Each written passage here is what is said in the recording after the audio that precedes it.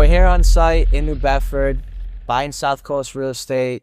We have one of the greats in the building right now. I don't want to introduce him. I want him to introduce himself. But we have the man, the myth, the legend, Ron Oliveira here. I appreciate you for taking time out of your busy schedule and coming here. For the people who don't know who you are, do you mind just giving a quick intro? I don't know if I like legend, because then you're really telling people how old I am.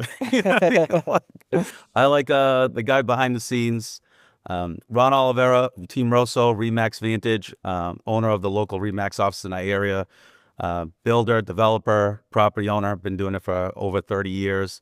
Born and raised right here in New Bedford, Massachusetts. Love this city. My mom still lives here. My whole family's here and localized here. All of our businesses are here.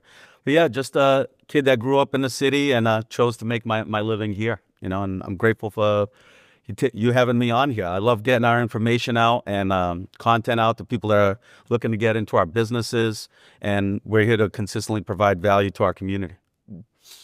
So I'm gonna get straight right into it, asking these questions. Let's go deep.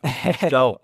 For the people who are just starting, right? A lot of people, they see you and they've seen all the great things you've done, but you weren't always at this level. So let's go back to the beginning. How did you first get started in real estate with little to no money? Well, we all start out doing the housing hacks have been around forever, right? And it's easy for me to say, hey, you did a great job. You bought $100,000 multifamily 30 years ago. You didn't have to be a rocket scientist. Or you bought a bunch of them at $200,000 20 years ago. It's getting in the game now and learning the blueprint now. And a lot of the same things. It just starts like, we weren't born and raised with a ton of money. Both my father was a fisherman. My mother worked in fish houses. We grew up in these multifamilies. And how do you start putting this together? It all starts with a dream of home ownership. And that market back then is similar to the way things are now. It's hard for people starting out to buy a house. So everyone wants to start out with that first 2-family or 3-family, so you're going to get help with somebody helping you pay your mortgage. So that's the way we thought. It's like, yes, if we can get into our first 2-family or 3-family, we'll get some help. My wife's always, she's been at the same job for 30 years. I was always in the restaurant business, working multiple jobs, and that seemed to kind of be the segue into our first home and our segue into our first multifamily investment. So the first one you ever bought was a multifamily, just a kind of house hack. And so it was kind of like a crazy story. So we live in Acushnet now. My wife's from Acushnet. So we bought our first fixer-upper for us to live in. I was living with my parents, and the house was in Acushnet. It was an estate going through probate. I didn't know any of this stuff like we know now. So I actually put the house under agreement and started fixing it up. I didn't even own it yet. Like, they let me go in there and start cleaning it out.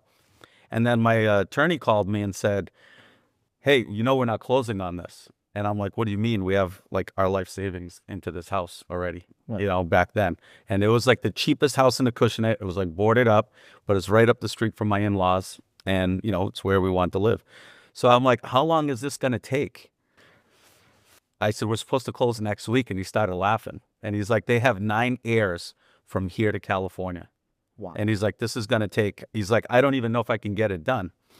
So I closed the house back up, and, my wife was pregnant with my daughter, and we're like, we got to find a place to live. So I started looking, and we found the cheapest 2-family that we could get into. My wife had better credit than I did at the time, and she'd been at her job. So we were able to scrape together a down payment, and we bought our first 2-family on Durfee Street in New Bedford. And thank God, my father-in-law, Mike, also known as Bootsy, I got to give him his flowers for always helping us, always being there for all of us. He says, hey, we can do this. I'll help you do the drywall. We'll paint it. We'll get you and the family in here. You can do a little bit at a time. And his famous words, he's like, you can't fuck it up. It's your own house. Nobody's going to fire you. So I was like, great, let's do it. We bought the house, got in there. And again, we were racing against the clock, trying to get into the house. And that was my first investment. We rented to one of the guys that worked from the upstairs. So we were getting a little help getting the mortgage paid. And then Fast forward a year later, I get the call on the house in Acushnet. They said, "Hey, do you still want this house?" And I'm like, "Yeah, I have like 20-some thousand dollars of my own money," which was a lot of money. It still is a lot of money. Like 30 years ago, it was like our life savings. And I said, "Yeah, I definitely want it." And we did a 203K rehab loan because it needed everything. So we got back into it, and we could have sold Durfee Street. And I said, "You know what? We got it at the right price. We have a small mortgage.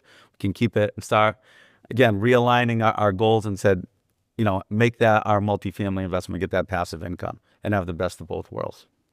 So you went from getting the first one, potentially, actually got the second one, and then you had both of them. So did you end up moving into the single family basically? So we moved into the single family. We kept the two, and that was always the dream, was to own some. But then I got the log jam happened with the single family. I'm like, this is going to be great. We're going to have this house. Once it's all done, we'll be able to get an equity line and start buying some multifamilies. But then our money got jammed up there. We had to pivot to the two. So now I'm back in the single family. We have the two family up and running, tenanted. We had good tenants in there that are paying us. And now I start thinking, all right, now we got to get back on track and start looking for some multis. The goal was, the key, and this is what I tell everybody, make friends with bankers, right? Because without the banker, there's no deal. Most of the people out here aren't buying cash. They're using hard money or whatever. But back in the day, that's what somebody had told me. Make friends with bankers. See what loan programs they have available, and then you could tie it to your funds. Like, I have enough money to do X, Y, Z. The money that I have to look for these type of properties and this type of loan program to get going. You basically have to learn how to reverse engineer, the money that you have to work with. So I was talking to a mortgage broker. So my house in Acushnet, I actually bought it using a 203K rehab loan because I didn't have all the money to fix it up. So it was great. I borrowed the money to rehab it. It was like a construction loan. And then we got all this sweat equity into this property. So I had the sweat equity into that house and in our two family that I had fixed up. Now we started looking for our three family because they were pretty expensive back in the day as well. And I was like, how can I get into that first multifamily with what I got? So I started looking for fixer-uppers. And our first multifamily, our next multifamily, a three family, was on Rivet Street. I actually used 203K rehab to do that property too. And I think one other one after that. So my first multifamilies were all 203K rehabs. There was no hard money back then, all that stuff. We had to get creative. And then as the market started trickling up, now we had all this built-in equity. Then we were able to start pulling some equity out and buying some other stuff on the market.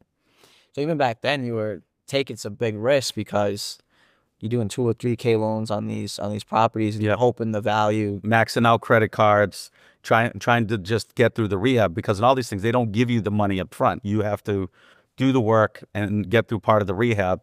So yeah, I would have to call the guy like 10 times because we need to get a little bit done. I'd have to call him, pay for an inspection. So yeah, we have to kind of grind through it, because everything's paid back to you after the work's done and inspected. Wow. So go back to that real quick. So you're saying back in the day there wasn't access to capital specifically for you, or that just wasn't a thing? Like back then, it just wasn't a thing. And I'm glad that everything's evolved and you're able, like back then it was more traditional. Like when you had your 20-25% down, that's when you bought your next property. Mm-hmm. So you have to constantly keep saving. And there weren't landlords that owned hundreds of properties, hundreds of units. It was like kind of like a niche thing. You had your guys that own whatever, they might own 5 properties, 6 properties, never like today, where people could amass these huge portfolios. But yeah, capital was tighter. There were a lot more gatekeepers back in the day. You only business owners and people with high equity had the availability to get the money to keep buying them. So the only way, a small investor like me was I could buy them one at a time, save my money, or try to buy something that was a fixer-upper and try doing like a 2 or 3K rehab. So at this point in your life, you're using strictly just your own money. You don't have any access to outside capital, hard money, or private money? None of that was even a thing back then. Okay. Wow. So it was definitely a lot harder back then. Yeah. And now you have people who are doing these podcasts that are telling people, hey, this is exactly how you got to do it step by step, versus you were hitting your head against the wall trying to learn on your own, right? Back then it was so difficult. And I think like the evolution of this business and my business and what I want to get back, and we can get into all that, is, and we have a similar podcast, on Behind the Grind. I hope you don't mind me plugging my podcast. No, you're good. It's, we want to be a resource for people so they don't have to go through those struggles. They don't have to scrape their knees, and go through all that. We want to show them, here, this is the blueprint to doing it, because I truly believe there's enough money out here for everybody.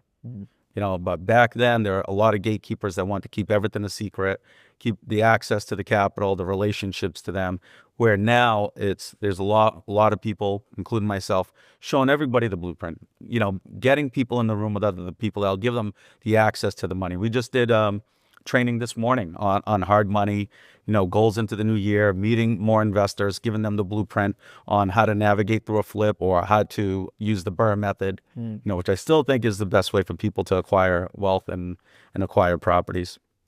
So when was your first deal that you did hard money, and how did that come about happening?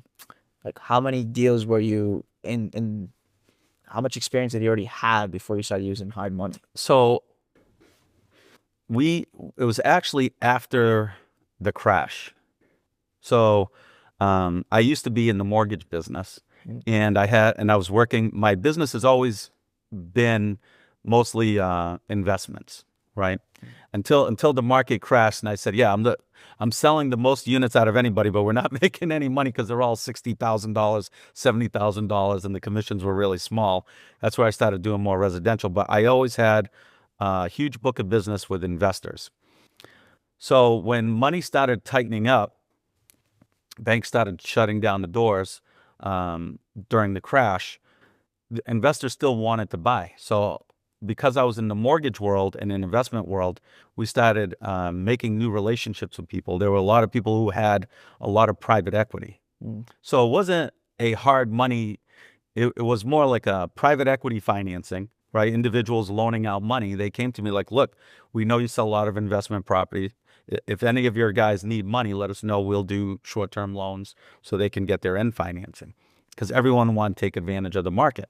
So I started scratching my head, and I'm like, so this, and you never think, you're like, oh, I don't want to pay 10, 11, 12% interest or 14% interest.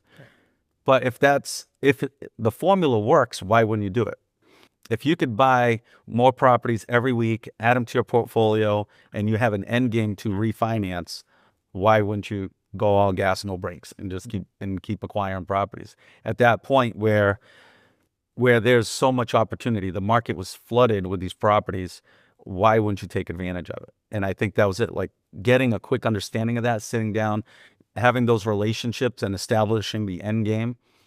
I think that's what helped us. So I actually made the introductions, got them the loans for them to rehab these properties. And then I started actually taking advantage of the same product myself.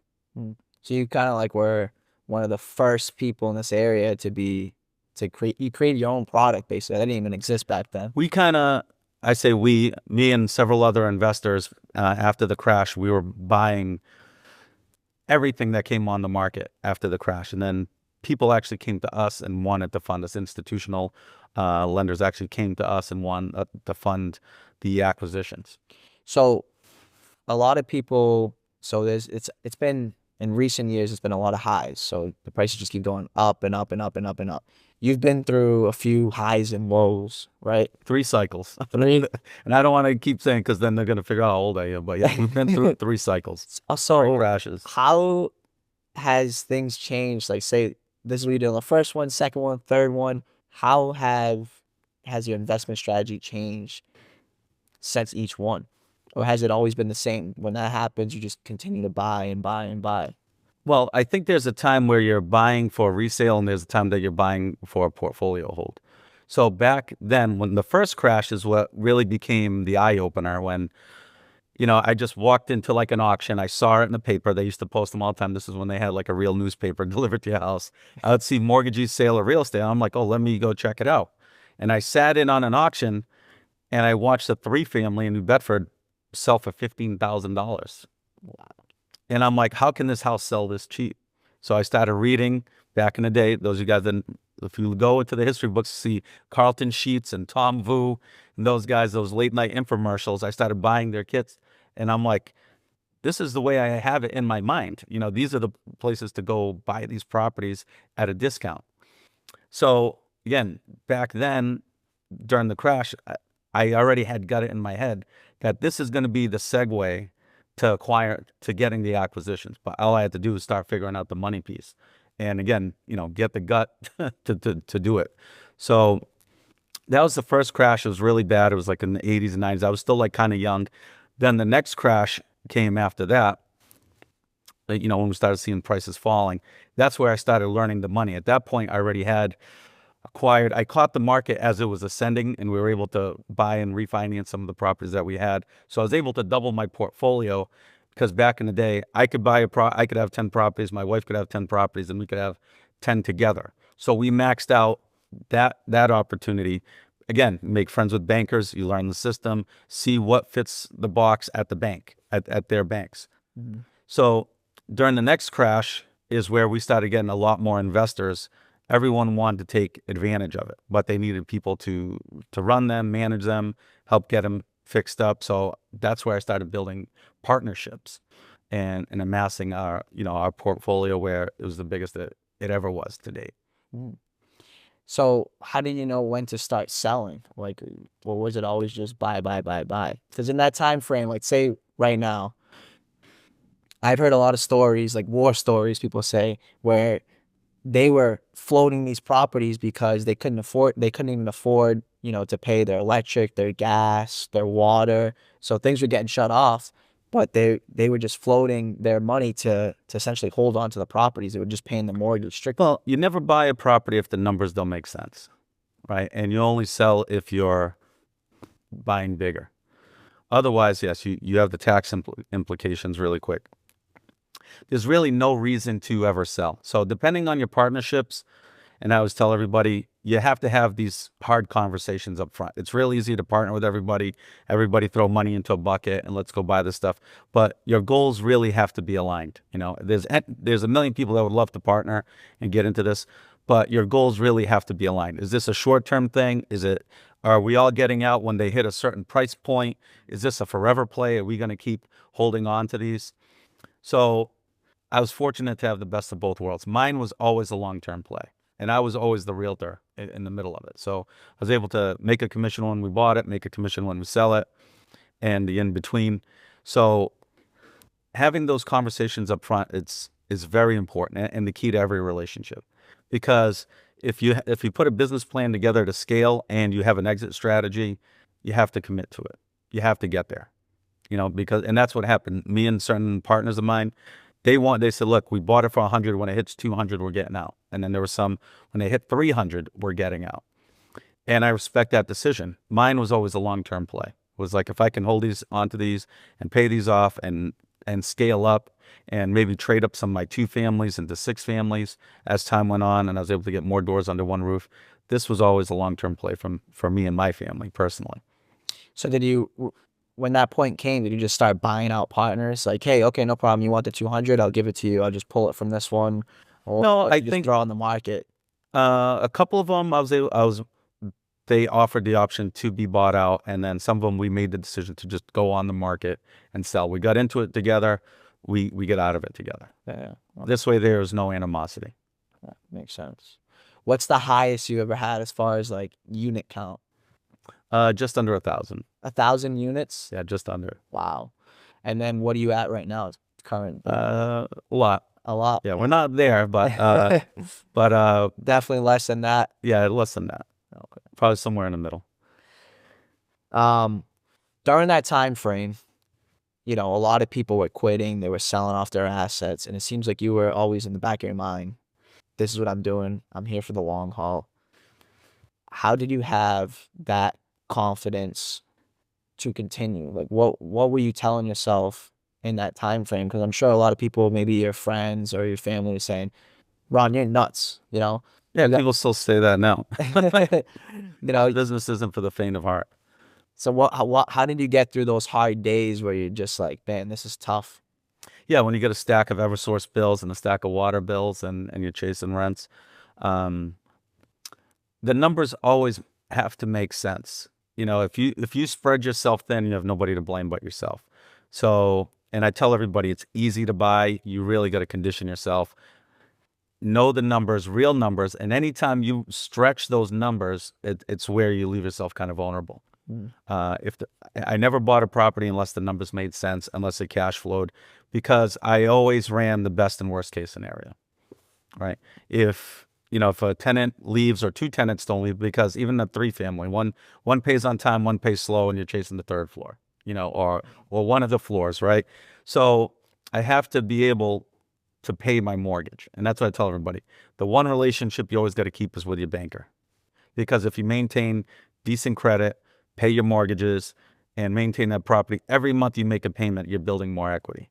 So there's always an upside. It's not always about where you're getting up front. You always got to watch the amortization schedule and see how much equity you're building on the back end. But I think it's, like I said, it's always been a long-term play for me, it's easy to get into that situation to buy, but you got to make sure that the numbers work, and you got to run worst case scenarios. You don't want, there could be that one property that can take you down. It has to make sense in order for you to commit to it. And you got to know, am I doing this short term, or is this going to be a long-term play? Like, I think young people out there, you should be buying for equity, because right now prices are high, rents are still high, but people are going to be paying down your mortgage for you, and you're constantly going to be building equity month after month. People, I would say, if you're over 50 and you're getting into this game, you should definitely be buying for cash flow. And if you got money sitting in the bank, put more money down on it.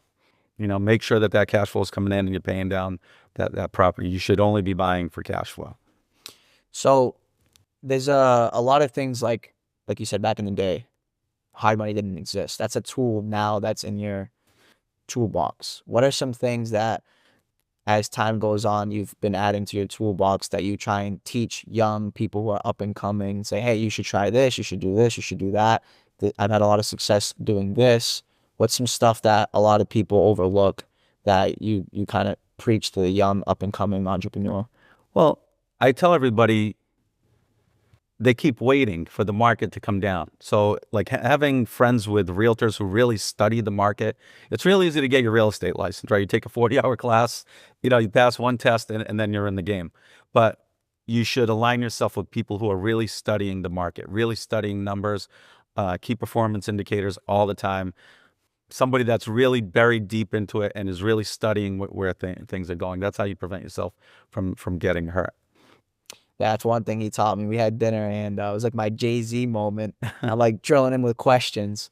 And now, after that dinner, I've implemented a few things, but one of the things I implemented was the hot sheets. Yeah. So now everything that sells, especially if I made an offer on it, I know exactly what it sold for. So now I can adapt for the future. So I lost a two-family over like $7,000. So now I know, okay, I got to be more aggressive, or I know more or less what those properties are going for. I'm learning the market. I'm studying the market, and it's going to help me in the future. That's the biggest thing. Yeah, it helps you make decisions. If this is the business you're in, master that business, right? And then again, we're constantly running spreadsheets. We're constantly seeing what's closed, constantly checking public records. And I think, too, having consistent lead sources for your business. And I think that was the mindset switch, because it's easy. A lot of people buy into this and they treat it just like a side hustle. Like, oh, I'm going to own a couple of multifamilies. But once you have the mindset that, hey, this is going to be a business for me, and you start studying and be like, hey, and you have goals, and, you said, hey, within 6 months, I want to be at this point, within a year, 18 months. That's how you learn to scale, and you apply yourself like every day, every week. Like, this is a daily thing. Like, I get up early, I'm consistently studying the market. What did certain properties sell for? Who was the lender on there? What was it on the market for? What did it actually sell at? Those are the things that are going to help you and tell you, is the market trending up, or is it starting to soften? And you have to look year over year over year, and where are you going to get that data? There's a lot of data now that's accessible now that wasn't back then. Back then, I had to go through like a real estate book. It looked like a phone book in public record, and it was like crazy. It was like going to college. Now you guys have a huge advantage. Public records like readily available. Trying to, But one of the things too, like, yeah, like teaching people, sitting down and walking them through your flips. Like I didn't have anybody that brought me into a multifamily and said, here, we're going to walk through, like, here's your rental agreements. Here's all the ups and downs in this business. There was nobody because they didn't want you buying the properties. They didn't want the competition, and now like, that's what I preach. It's like, there's so much more that we can give back and help people and we can all make more money together. I like the opposite. People always reach out to me. They're like, hey, who do you use for this? Who do you use for that? I'm like, right away, I'm like, boom, boom, boom. Here's my contact. Here's what I would recommend you do. But I tell this to everybody. I say, it's like a famous thing. I say, the game is free. The hustle's sold separately, right? Where you could tell people all these things, but are they really going to implement it, right? Yeah, you got to be the hardest working guy in the room, and you can't hate me if I'm the hardest working guy in the room. If I'm the guy that gets up the earliest and works the latest, and I keep reinvesting my money and I keep doubling down, you can't hate me or anybody else that has that hustle. Like, you can't hate Grant Cardone. You can't hate the guy that invented the iPhone. You know what I mean? How long did they work to get to that? But a lot of people, if they spend less time hating and more time implementing and strategizing, or just asking questions. I didn't have the people to ask questions to. Now it's public record, it's public knowledge. You can get all the data you want on any property. You have access to it. Where back then, a lot of people spent more time like gatekeeping, where now I think a lot of this stuff is available to everybody. And you have enough people that are successful that are willing to give back. So I know you're kind of like a mentor to a lot of people. Did you have your own mentor going through this whole thing, or any people you relied on? Um, I worked for two other of the legacy brands. I learned a lot from my brokers as far as being in the real estate business. I learned a lot from being part of the franchises and the legacy brokerages. As far as owning property, in the beginning, it was scraping my knees, going in there, putting in the work myself, trying to figure it out early on. There weren't a lot of people back then. But in business, later on, from my partnerships, my banking relationships, those people I learned a lot from. So nowadays, obviously, you're not grabbing a hammer and going and doing the work. So what systems do you have? Well, I'm not as much. I take the hammer to break the door to get it on and off. Can't Got a padlock on it. Yeah. Snap it off. What systems do you have in place that kind of keep you from, having to go out in the field and be doing the work? What do you? Well, I like going out there and being at the properties too. So there's not a day that goes by that we don't do site visits. Even if I'm going out dinner with my family, like, hey, I'll stop at one of my flips. I'll go by one of my multis. If I'm in Rhode Island, I'll take a ride down, through Providence and go through our properties and see what's going on. We have more property managers now. We have more project managers now, and we have a team of great agents over at Remax. So we have a lot of involvement, a lot of inclusion. I wish I'd had more help earlier. I think that would have probably saved me from some of the stuff like I went through, because we grew too fast. And I always tell everybody, growing pains is good to a certain extent. Like, it's good to feel growing pains, but again, where I just wish I had gotten more help when we started acquiring that many properties. I wish I'd looked into like property management people a little bit earlier to kind of take over some of those struggles. And I kind of learned that the school of hard knocks is open every single day. So I tell people, like, sometimes you just got to go through it to make yourself better. I got through it. I learned. I went through a lot of shit. I took a lot of shit for it too. I wish those were some of the things I did better, or I wish I implemented sooner. Again, I just think there wasn't anybody to say, hey, you should start doing this, or you should go see these guys and get some help, or you should implement this or that. It's kind of like I had to fall on your face and learn. When do you think like a growing investor should use a property management company? Is like a certain amount of units, or? It really depends on the individual. Like, are you that hands-on person? Like, I know a lot of my friends, they manage their own properties. That's all that they do. They know how to do a little bit of everything. They're hands-on. They got all the stuff in their van. They go to all their properties. They shovel the snow with their guys. And there are guys that are just strictly investors, that are money guys, that hired a company to manage it, screen the tenants, and send them the money once a month. They're out of state. They just acquired the property. So it really depends on who you are as that individual. Because when I run the numbers too, like, what is it? Like anywhere between 6 to 10% for property Yeah. management. That's a big amount of Up to profit. 25% for Airbnb. Yeah, I mean, when you run the numbers, that's they're almost profiting sometimes more than the actual investor. But they're getting you the money to pay down the property. Yeah. Right. So people just look on the front end, hey, I got this and they got that, but they collected the money to pay down your mortgage. So fast forward 5-10 years of going through that, how much equity did they help you build? And it's a streamlined process as well. Like, you don't have to worry about tenants blasting you all day long or whatever it is. It's just strictly going through that one side. Well, you got to remember, it's a service-based business, right? They're paying you to live in their house. It's different if you go to a hotel. If you need towels or you need room service, you're the person that you signed up to be that person for them to call. So you can't hate it after the fact. You can't say, hey, just give me the money and don't ever call me again. You know, I tell people all the time, you're going to get into this. You're dealing with the good, the bad, and the ugly, the tenants, the toilets, the trash, and the rent collection. You know, so you got to embrace the business. Like I said, it's not for the faint of heart. What's some lessons that you're teaching? You have 2 daughters. What are some lessons that you've taught them as far as real estate goes and money? One of my daughters is in real estate, great realtor. They each have their own multifamily, and it's more of the foundational things. Like, they're still very young. There's still a lot to learn. But yes, it's a great start to start building equity and wealth, and to start early, you know, and get them into a safe investment. You know, one's in a 2-family, one's in a 3-family, where, you know, again, it's making smart decisions earlier and starting that foundation now. So fast forward, they're in their 20s. By the time they're 40, they'll have a property that's almost paid off, or they'll be sitting on a ton of equity. These things, even what I've learned, and you asked a couple of questions ago about the cycles, they've always come back higher. They might take a temporary dip.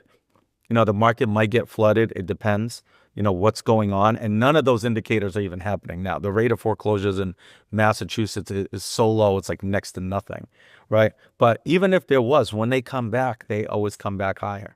The one thing that never changes is inflation, right? The rents have never gone down, right? What drives the price on these multifamilies? Rents, right? The rents have never gone backwards. And there's a lot of talk about rent control and all that stuff, and I don't think any of that's going to fly. But the rents have always continued to go up through all 3 of those crashes. The properties came back higher, the rents came back higher, because the municipalities need to charge more. So if my insurance is going up, my property taxes are going up, all the municipal workers are getting paid more, you know, they got to earn more, just cost of living. We have to charge more in rent. The only other person to get that back from is, unfortunately, the tenant, to keep everything in line. So after every crash, it's a fact, properties have continued to increase in value, and rents have continued to go up. So it's never been a losing proposition. The only time is when people stretch values, again, shoot for the moon on rents that they know they're not going to be able to collect, and project super high valuations in a short amount of time. But as history shows, after every crash, it's always been a win.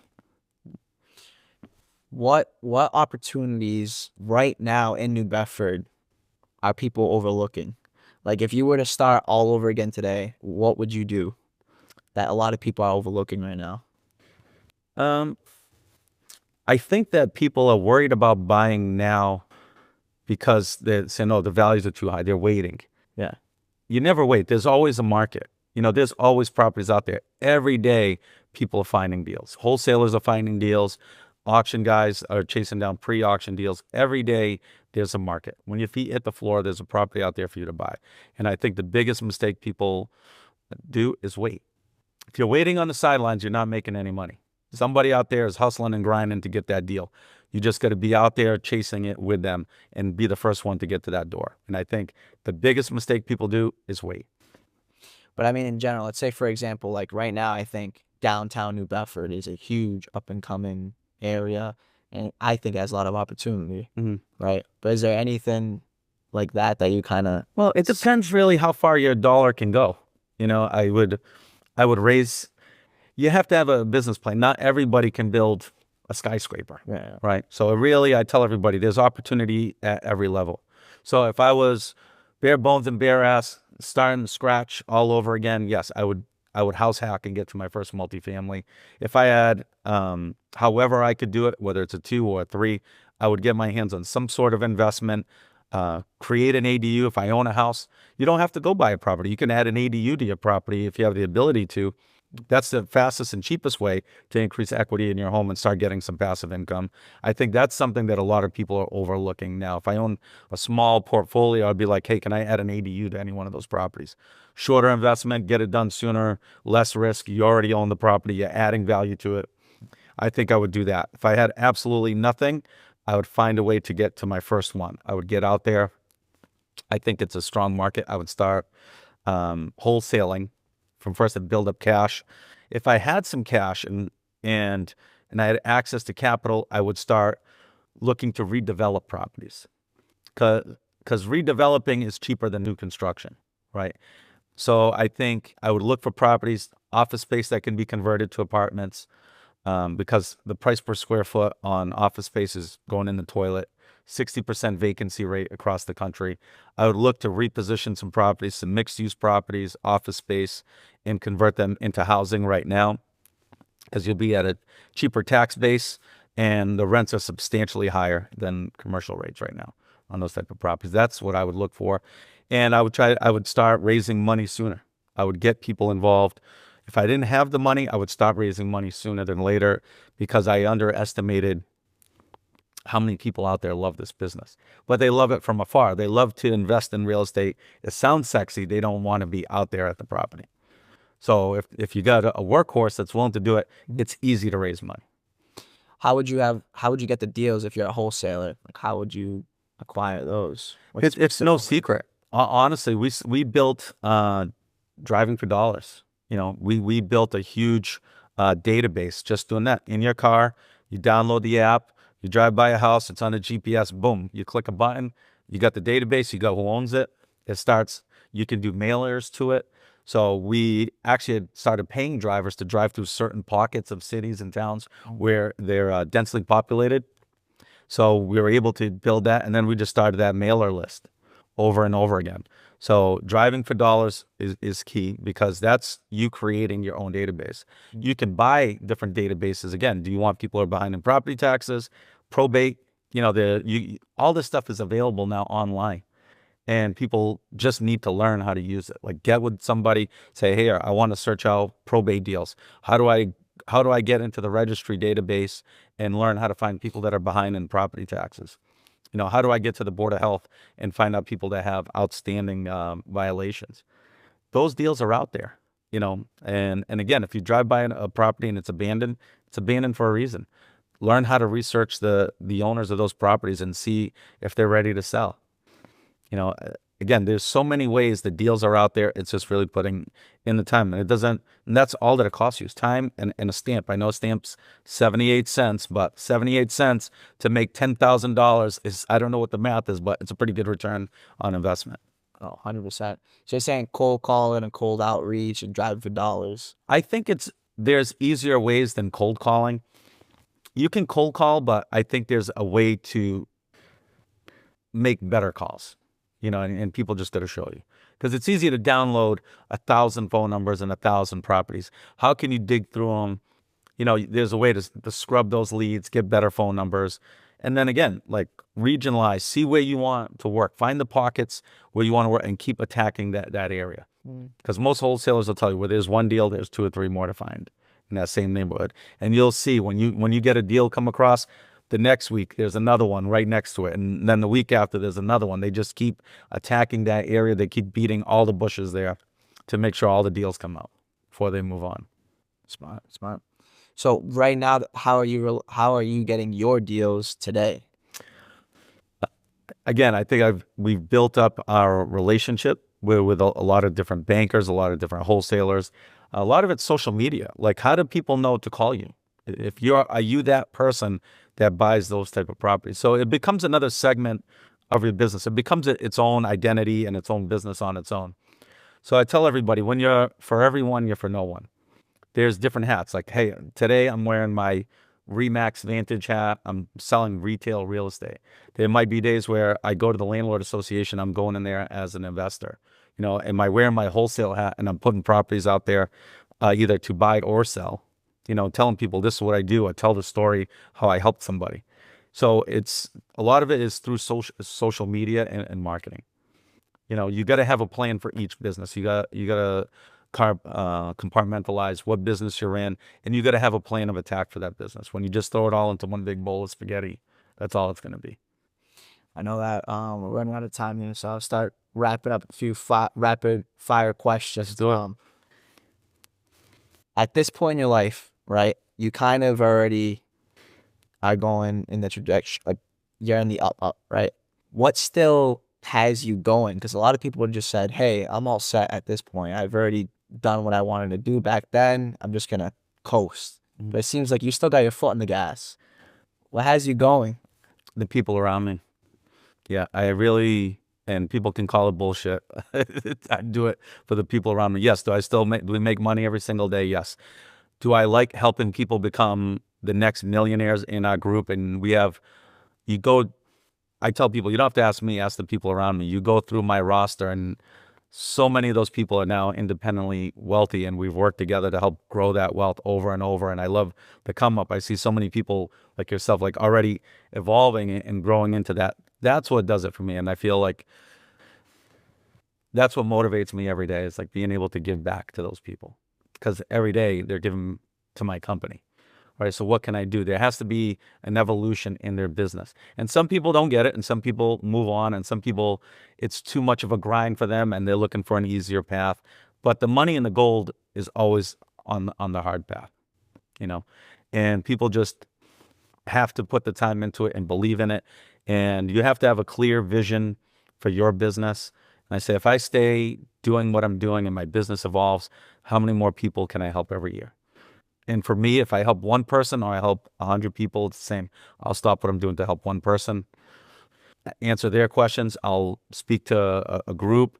I'll speak to a full room. I don't care. If we can keep helping people, keep bringing young millionaires, building young millionaires in our area, that's how I feel like I've given back to our community. Because I was the guy making money here. But when I was surrounded by a lot of guys coming down from Boston, not that there's anything wrong with those guys, but investing in our area, and I'm like, why aren't the people in our area investing or so aggressive about buying properties like they are here? People didn't realize that. And sometimes you got to put it in front of them, you got to show them, and you got to make it realistic for them. Like, hey, this is doable. You should be investing in your own community. And I've always done it because people don't realize how many jobs we create out of every real estate transaction, right? We buy a house, the realtors get paid. Yes. The insurance people get another insurance policy, the landscapers, the painters, the local hardware store. And that's what always, and you're creating housing for people, affordable housing for people. And people don't realize that. They think it's just, oh, they're investors, they're just doing it for the money. But when you look past the money and you see how many people you help with every single real estate transaction, every time a property closes, how many people benefit from that, I think people would look at us differently. It's easy to say, hey, that guy's just doing it for the money. He's rich. He's doing it for the cars, the watches, and all that, and his ego. But when you look at it, and I'm not one to brag about it or talk about it that often, and I just kind of ride in silence a lot. And I always tell people, just ask the people around me. How many people got better? How many more plumbers, electricians, drywall guys, again, landscapes, how many people got jobs from all of this? And there's an evolution of that people don't see, and we don't always brag about it, but they find out about it. They know the impact that we have. Yeah, I mean, you have one worker, and they have also a family where you're providing not only for them and their business, but also for their family, providing them food and food on their table. Yeah, you take the guy that's pulling wires on the side, and then all of a sudden he's got an electrical business, and he's got guys working under him. That plumber that's doing service calls, now he's got a couple of plumbers. He's got a fleet of plumbers working under him. All those things. A drywall guy who's fixing up apartments, now he's got a crew working under him, and they're doing all your new construction houses. Those are the things that people don't see. Now your roofer has 20 more jobs a year that he doesn't have to go chase. And you're feeding his workers and their families. And at the same time too, we have a lot of organizations that we're able to donate back to on top of that, and they get behind that, and they're thankful for all the business that we give them. Yeah, 100%. I think that pretty much wrapped up my questions. I mean, I know I talk a lot. I'm sorry. It's your show. I should shut the hell up. do you want to say anything else, or? No, I'm grateful for the opportunity here. I wish more young people get into this business. Roll up your sleeves, get out there, own a piece of real estate. If you weren't born rich and your family's not rich, this is the segue, to a better life, improving your life as well as other people around you, creating opportunities for them. I didn't know any other way to invest but in the real estate. And those guys that, when I was growing up, I'd see them, they owned a few properties. I was like, hey, I want to be like those guys. And the evolution of this industry in our city has changed. The whole dynamic of this amazing city has created so much opportunity for so many people. And I encourage people out there, get out there, start talking to people, invest, learn more about what's going on. There's a lot of community development opportunities too. They're pumping a ton of cash into these buildings. They're looking for investors to invest. So find out, there's opportunity right here in our backyard that I think local people need to take advantage of. Get out there, network. There's so many successful people in our area that are willing to share information with you. Just gotta reach out to them, or get, go to the networking groups, build some new relationships. Yeah, if there's somebody that you want to grow and be like and learn about their business, I guarantee you there's somebody out there that'll share all the information that you need for you to get there sooner than later. I would say too, if you want to name drop the landlord association, I know we talked about it, but that's been a huge key in at least my development. I go once a month and I just listen, and then we network previous to the meeting and after the meeting. We learn a lot from a few hours out of the month. Yeah, we definitely it's definitely one of the most underrated organizations in our area. The Greater New Bedford Landlord Association would rebrand it to SouthCoast Landlord Association, where we get 60, 70, 80 people in a room, people, independent contractors, property owners, property managers, bankers, you name it. People who are just curious about it. We encourage everybody. We always have some food. We have a networking hour. We have high-level speakers that come. And I encourage everybody to come out. Your first visit's actually free. First time out, second time out. Come check it out. Bring a friend. Ask some questions. It's $10 a meeting. We have 10 meetings a year, and it's $10 if you break it down. It's $100 a year, but if you break it down by the meeting, it's $10. I think we spend more than that on food, on a free buffet. But you get so much information, and you get in a room with other people who are either learning just like you are or operating at a high level that will share everything with you. So I encourage you guys. It's the first Thursday of every single month. I think the next meeting is January 8th or whatever's the first Thursday. We're actually going to go deep, high level into investing as well. So I encourage people to come on out. We talk a little bit more about this. There'll be other bankers there, other investors there. Again, opening their playbook to everybody. Come on down. We encourage it.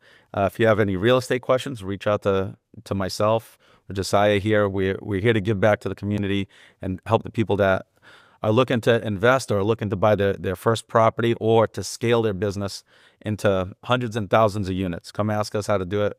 We'll share all the information with you. Yeah, and that's one little segment. It's $10 a session, right? Yeah. And another thing I was gonna say was, what's a Happy Meal cost now? I know, $10, $12. I was gonna say my drink's like $10 every time. So yeah.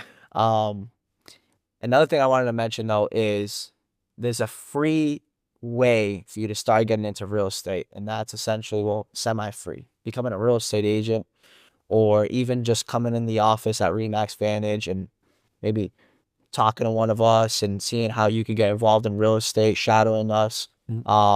That's since I became a real estate agent, that's when I started learning more about all these things that a lot of people aren't really well aware of. Like I said, hard money, private money, how to get access to capital, where to find these deals, where it's wholesalers, etc. So if you guys are interested in becoming a real estate agent, like I said, I would say reach out to Ron Oliveira at Remax Vantage, or go to 77 State Road. Yeah, State Road.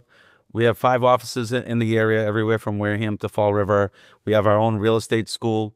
And again, we do a lot of stuff on investing as well, a lot of small clinics, constant, like we just did one on Zoom this morning with a private lender.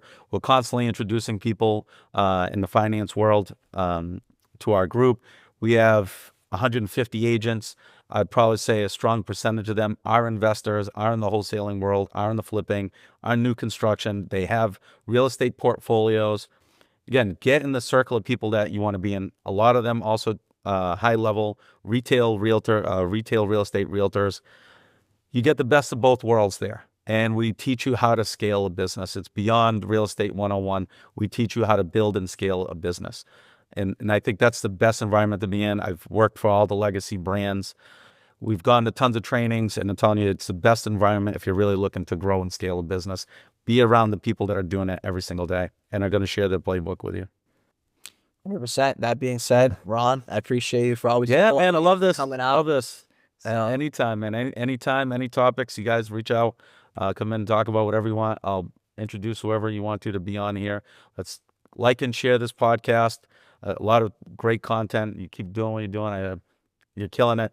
Keep this younger generation investing. Get their mindset where it should be on real estate, focused and investing. Like and share this. It'll be a ton of content. Like and share all of his episodes. Let's do it.